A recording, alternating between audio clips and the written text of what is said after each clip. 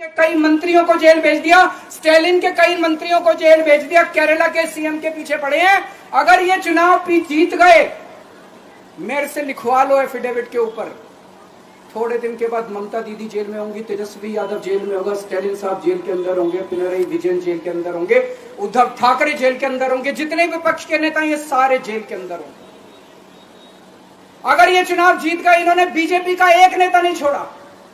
आडवाणी जी की राजनीति खत्म कर दी इन्होंने, मुरली मनोहर जोशी की राजनीति खत्म कर दी, सुमित्रा महाजन की, शिवराज सिंह चौहान जिसने मध्य प्रदेश का चुनाव जीत के दिया इन लोगों ने, शिवराज सिंह चौहान ने उसको मुख्यमंत्री नहीं बनाया, उसकी राजनीति खत्म कर दी।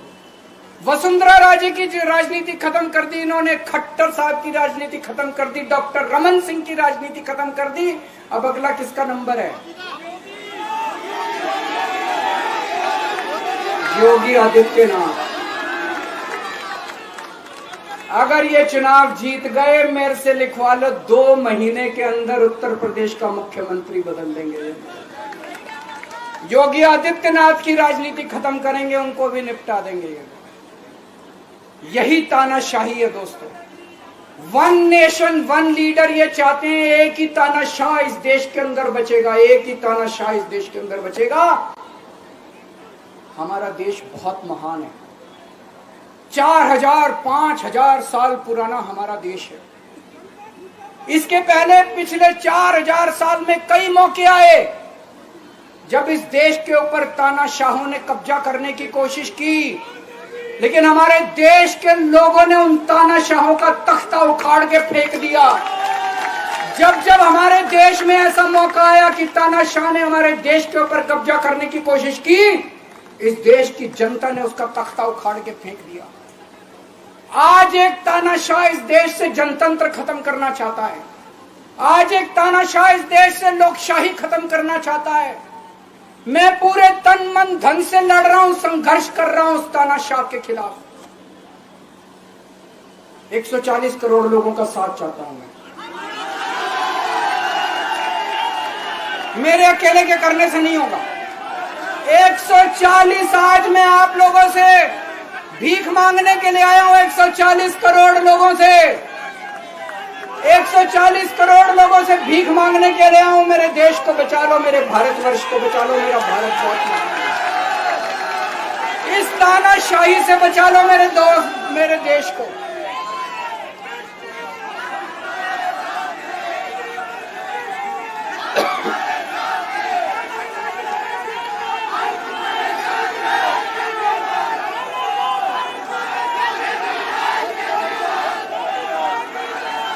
मैं सुप्रीम कोर्ट का बहुत बहुत शुक्रिया अदा करना चाहता हूं।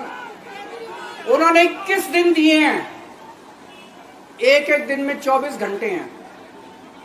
मैं एक दिन में 24 में से 36 घंटे काम करूंगा, पूरे देश भर में घूमूंगा इस तानाशाही को रोकने के लिए। दोस्तों, जितनी मेरे अंदर ताकत है, मेरा सब कुछ कुर्बान है देश के लिए। मेरा तन मन धन सब कुछ कुर्बान है मेरे देश के लिए। मेरे खून का एक एक कतरा मेरे देश के लिए, मेरे शरीर का एक एक कतरा, मेरी जिंदगी का एक एक पल मेरे देश के लिए। मेरे देश को बचाने के लिए मैं पूरे देश में जाऊंगा दोस्तों। अब एक बहुत महत्वपूर्ण बात करने जा रहा हूं, उसको ध्यान से सुनना। ये लोग इंडिया गठबंधन से पूछते हैं आपका प्रधानमंत्री कौन होगा। मैं बीजेपी से पूछता हूं आपका प्रधानमंत्री कौन होगा।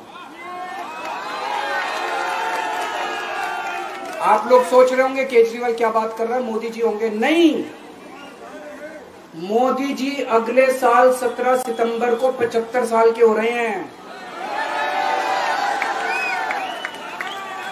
बीजेपी के अंदर मोदी जी ने 2014 में मोदी जी ने खुद ने रूल बनाया था कि बीजेपी के अंदर जो भी 75 साल का होगा उसको रिटायर कर दिया जाएगा।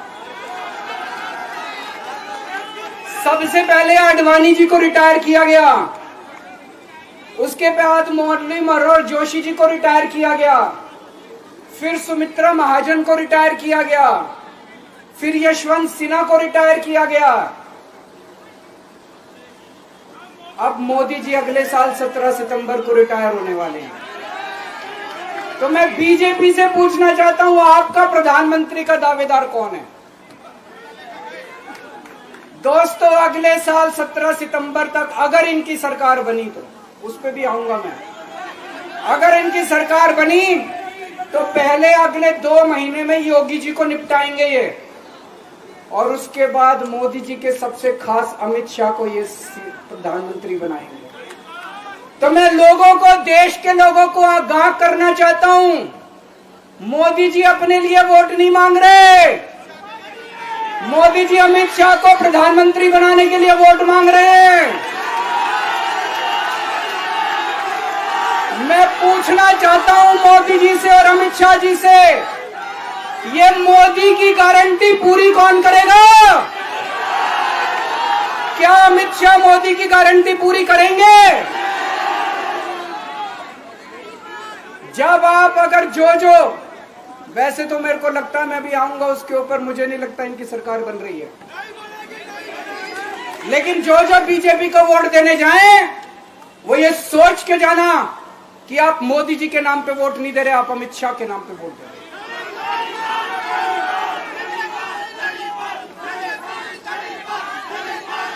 अब एक खुशखबरी है आप लोगों के लिए, अब एक खुशखबरी है, सबको बता देना, जो मैंने बातें कही है बड़ी सोच समझ के कही है, वहां बैठ के यही सोच रहा था 50 दिन से।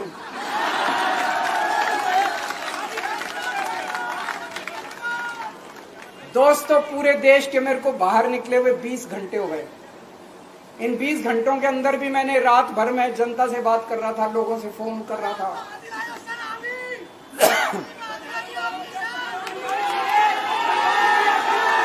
क्या बोल रहे? रात को आंधी आई थी,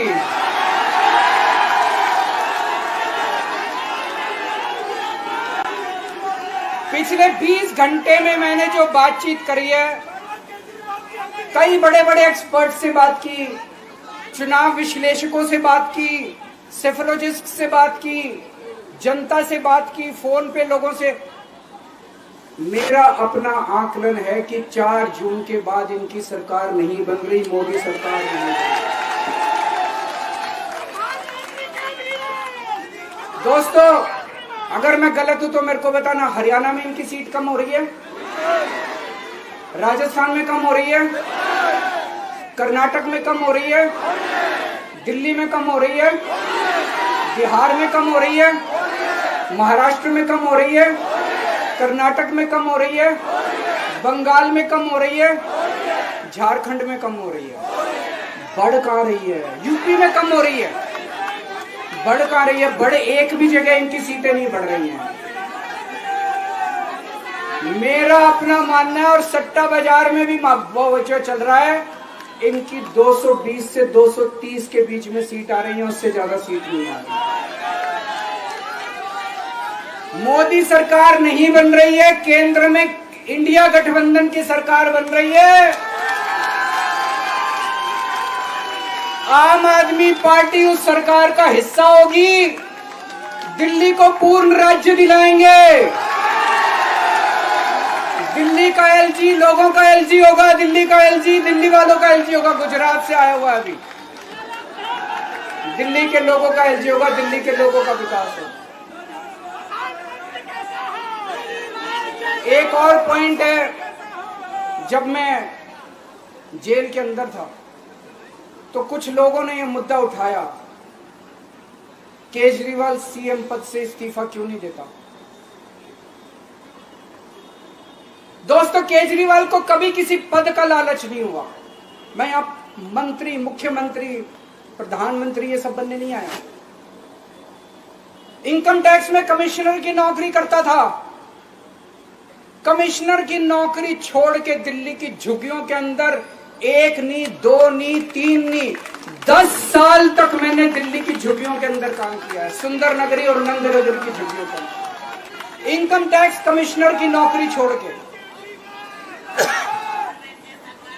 जब मेरे को दिल्ली की जनता ने पहली बार सीएम बनाया, असूलों के ऊपर 49 दिन के अंदर सीएम पद से इस्तीफा दे दिया था।